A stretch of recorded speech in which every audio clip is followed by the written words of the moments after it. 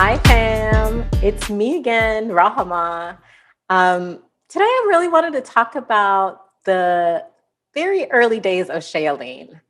When I first moved back to the US from serving in the Peace Corps, I decided to move to DC because DC was the first city I ever lived in my senior year of college, and I just fell in love with the city. So I knew that after my service, I would move to DC. What I did not know was that I'd be starting a social impact business. My 2 years serving at a community health center in Mali really changed the way I looked at economic development in Africa. And I felt this pull to create something that would allow me to still have the ability to engage on issues related to women in rural communities of West Africa. And so I moved to DC. I had about $6,000 to my name. So when you leave the Peace Corps, you're given what is called a readjustment allowance. And so that readjustment allowance is supposed to allow returned Peace Corps volunteers to get an apartment. So being able to pay for rent for a couple months, have access to some funding to cover some groceries, cell phone bill, basically a little cushioning until you get a job, until you get a paid job, I should say. And I decided I was going to use my Peace Corps readjustment allowance to start Shailene. And when I think back, in my early 20s, very little money, I don't have a job, and I have this wild idea to create, at the time, a nonprofit organization that over the years I pivoted into a social business. Honestly, I had no business starting this business. I didn't have enough capital. I was moving to a new city, so I didn't know a lot of people. My network was tiny, and I actually didn't know how to even run a business or run an organization. I just had this idea. So when I think back to that time, I want to share a couple of tips that I think is so important. When you have very little resources and you're trying to figure out, I have this amazing idea, I want to try this idea out, what do I do? Well, in my very early days, this is what I tried. I started becoming an expert in anything related to shea butter. If it was connected to shea butter, I was going to learn about it. So I spent quite a bit of time doing research. I spent quite a bit of time online, Googling, trying to figure out everything from the properties of shea. You must learn your craft inside and out. Don't leave any stone unturned. How shea grows, the fruit, the tree, the countries that shea butter grows in, all of that stuff. And I became an expert. I There's no one who could talk to me about shea butter and I wouldn't know something to share.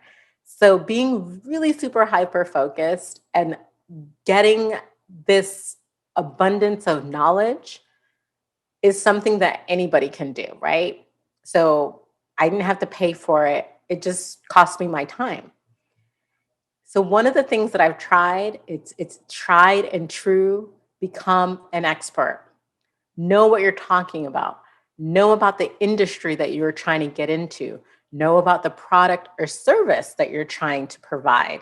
That is so important, and anyone can do it, especially in the beginning.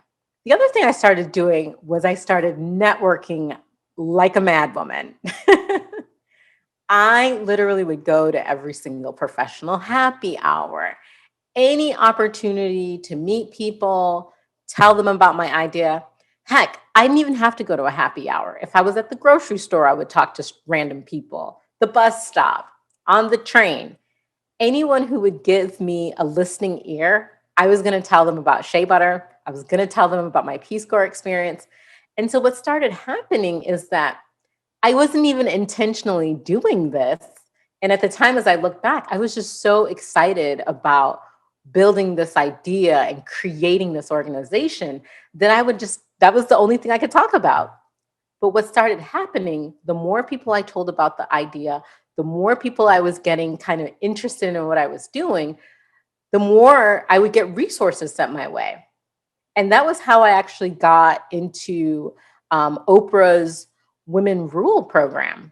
And so Oprah Magazine was running a program in partnership with the White House Project, wanting to like feature and uplift women leaders from across the country.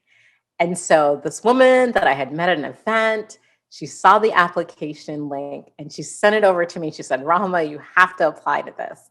And so I threw in my hat, I applied, and lo and behold, I got accepted into the program. And so being able to share kind of my vision and my idea to complete strangers was so, so important early on because it helped me to build my network. And that network has helped me over the years to do basically everything from fundraising, getting my first Whole Foods account, finding other suppliers, finding partners. And so a tried and true tip is network. Tell as many people as you can about your idea. Be open in terms of where your resources and where your help is coming from. My final tip, if you may, is really taking the time to understand the financial model behind your business.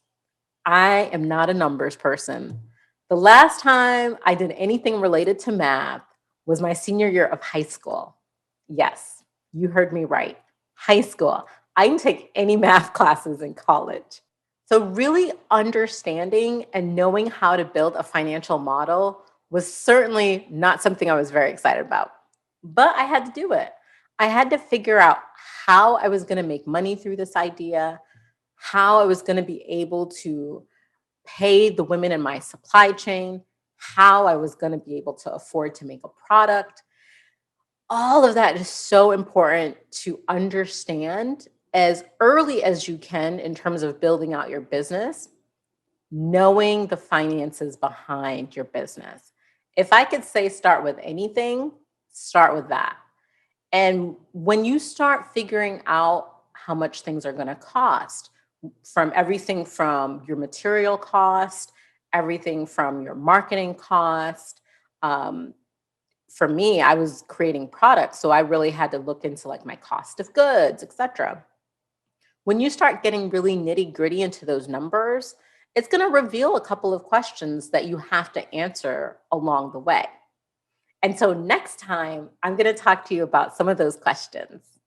So when you're an entrepreneur, there are so many things you cannot control. But the one thing you can control is the amount of time and effort you commit to growing your business and your idea.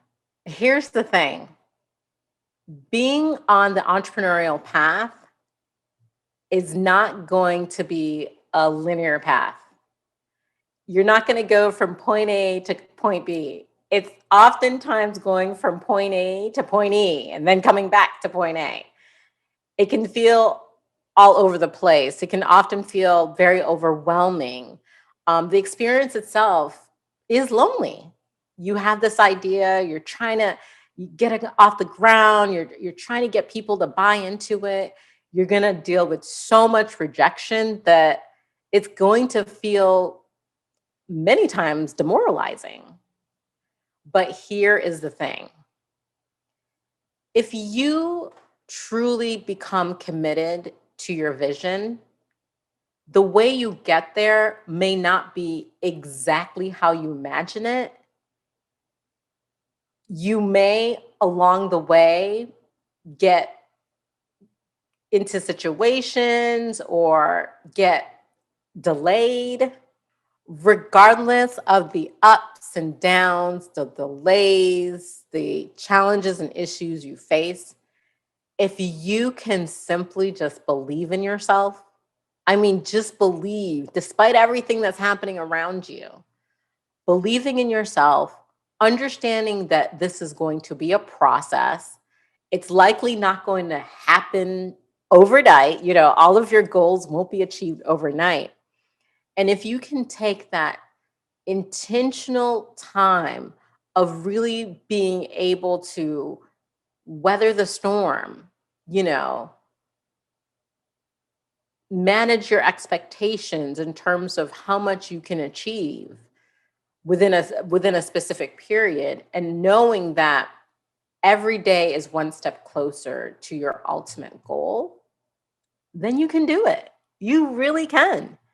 And I'm here to say it because I tried it.